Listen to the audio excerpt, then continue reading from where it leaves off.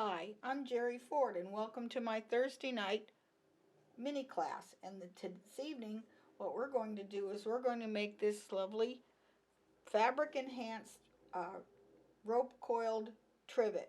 And it's reversible, so here's one side, so it looks a little more like a flower. And this one looks a little bit different, and it has a nice little hanging rib. So let's get started. You need a few things for this. You're going to need some rope coil, and this is just braided clothesline, about 1/4 of an inch wide. You want to have something fairly stiff. You don't want the twisted coil because it's too soft. Although you could use it, but it would be a little soft. I wound my bobbin the same color as my needle thread. I'm using a size 16 jeans needle or denim needle because it needs to be something a little more substantial. I made a pattern. I just simply cut out a piece of paper and put a point on it, traced it onto my fabric here. This is my piece of fabric. My trivet's going to be a little smaller than this. So the first thing I want to do is I want to sew this right sides together with a 1/4 inch seam. So I'm going to set that up for a 1/4 inch seam, and I'm going to sew all the way around.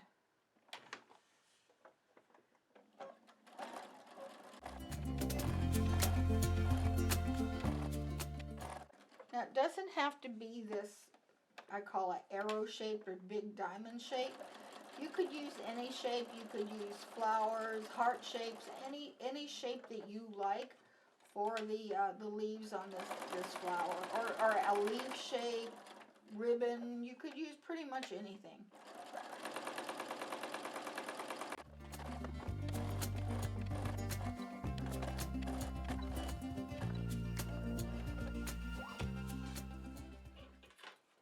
And next I'm going to trim all the corners. Clip all the inside corners just to the stitching. Don't be careful not to cut through your stitching.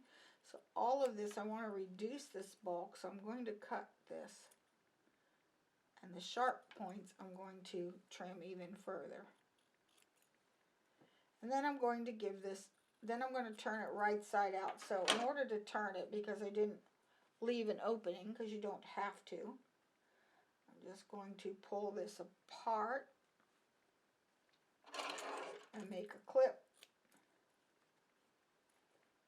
and leave just enough room, make like an X on the inside in order to turn this. Okay, I will finish this off camera. Okay, next I'm going to turn this through the opening. I'm going to turn this right sides out and give it a good press.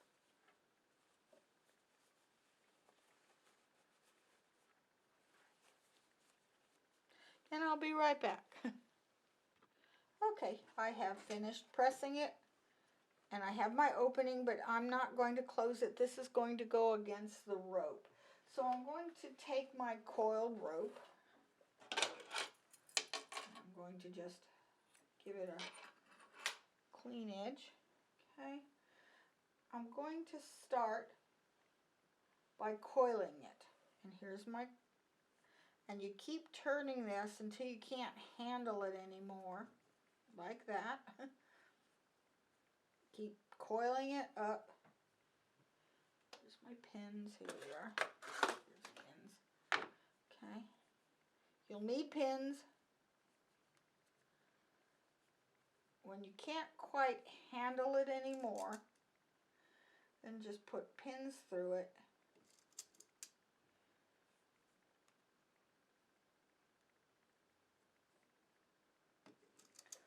Like this.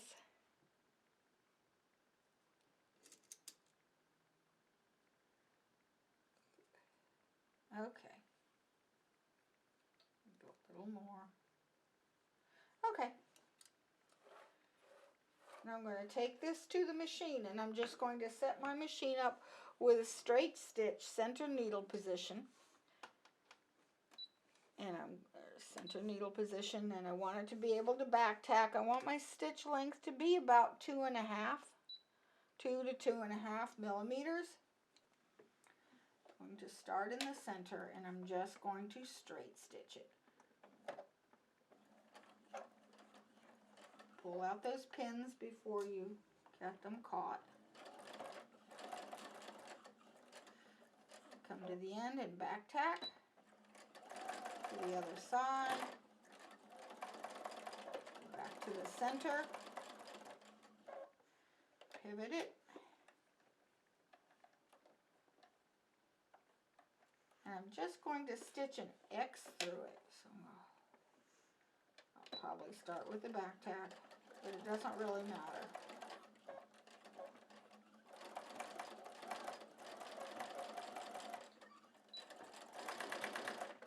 Okay.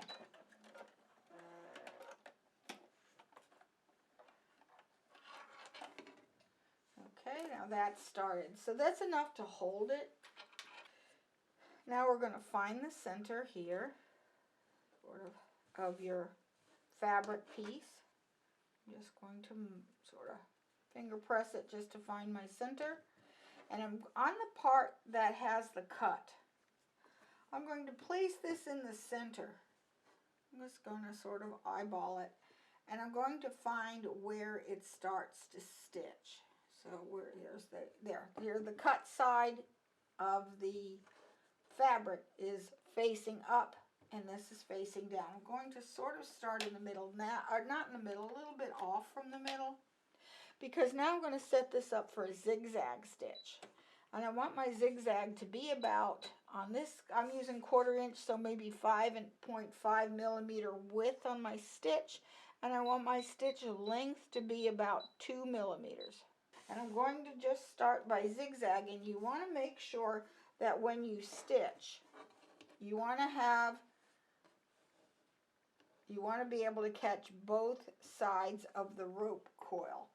Okay, so I'm just, and it helps to put your, if you have a pivoting feature on your machine, it helps to use it. When it starts to get off, then you're going to start in the right needle position, like towards the center of the circle, and pivot.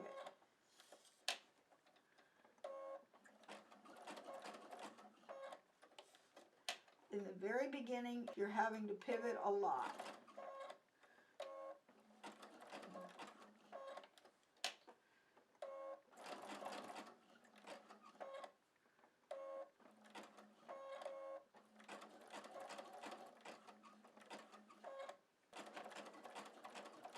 As you get around, it gets easier the further you go out from the spiral. Now this is sort of looping around. See how it's wanting to do that? That's annoying. It will do this, won't it? Uncoil it. Okay, so now I am right here in the edges. This makes it easier. This was a little hard to see.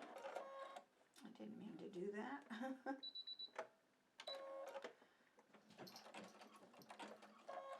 And I'm going to keep coiling this on top, catching both edges.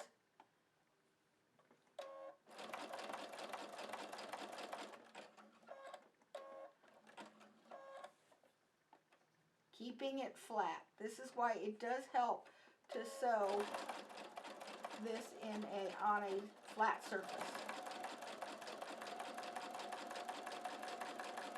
I'm going to keep sewing until my inner ring is just meeting the edges of this little cross, the little cross right here.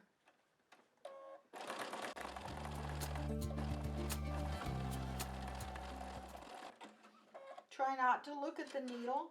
Sometimes it's a little hard, but you just want to make sure that you catch both sides of the coil with each zigzag.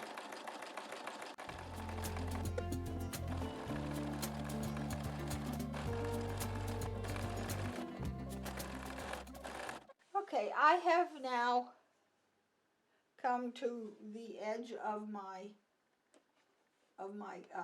where the cross is. Okay, so now what I'm going to do is pull this up, come underneath.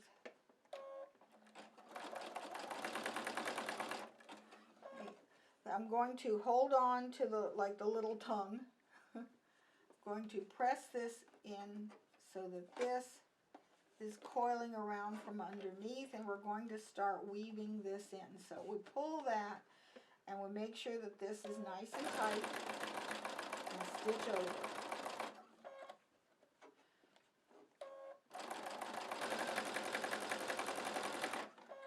Okay, come to the next one and do the same thing.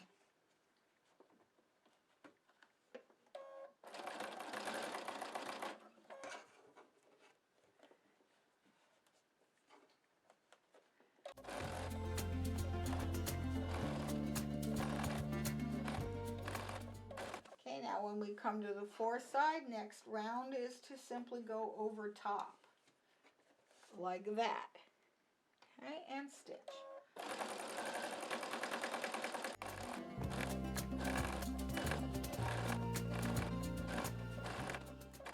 Okay, and we're back at round the beginning, so we're going to do the next round like we did the first round.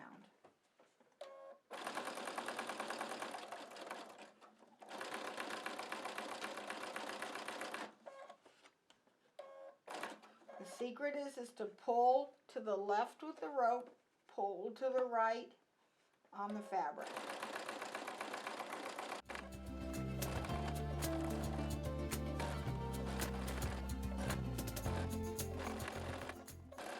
And we're going to keep stitching like this until we get all the way to the outside.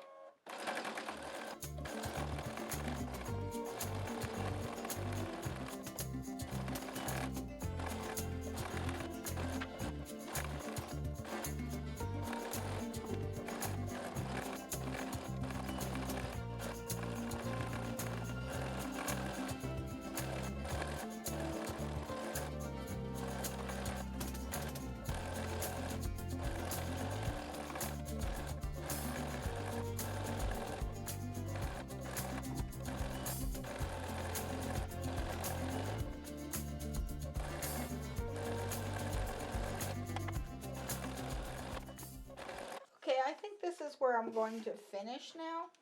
Decide where you want the loop. I'm going to put the loop sort of in here. So I'm going to sew a couple more inches. And then I'm going to cut. So how long I want this. Yeah, that'll work. So I'm going to cut this at an angle like that. Okay. Then I'm going to tuck it in at the angle. Okay. Go a little further. There we go. Okay, I'm going to start to sew on one side.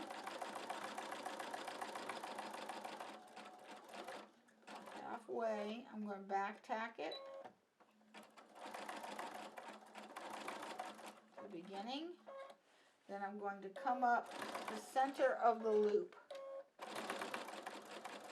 and back tack. Okay, all finished. Now I have a finished trivet. You want to go and check that you didn't miss anything. If you did, then go ahead and finish it. And now you've got a little loop to hang it, and it's completely reversible. See, now this one, I did a little bit smaller piece of fabric. So I have two different sizes. This one I did out of clothesline rope. Right here. It's made out of clothesline rope. So it's a little bit stiffer.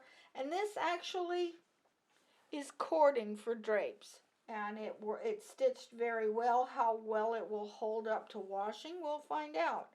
But I needed to make another sample. And here we go. So now I've got two trivets for my dining room table that match my Easter basket. So if you have any questions, send me an email at waltzquilt@yahoo.com and I'll be happy to answer them. And until next week, happy sewing. Thank you for watching. And like, subscribe, and share. See you next week. Bye.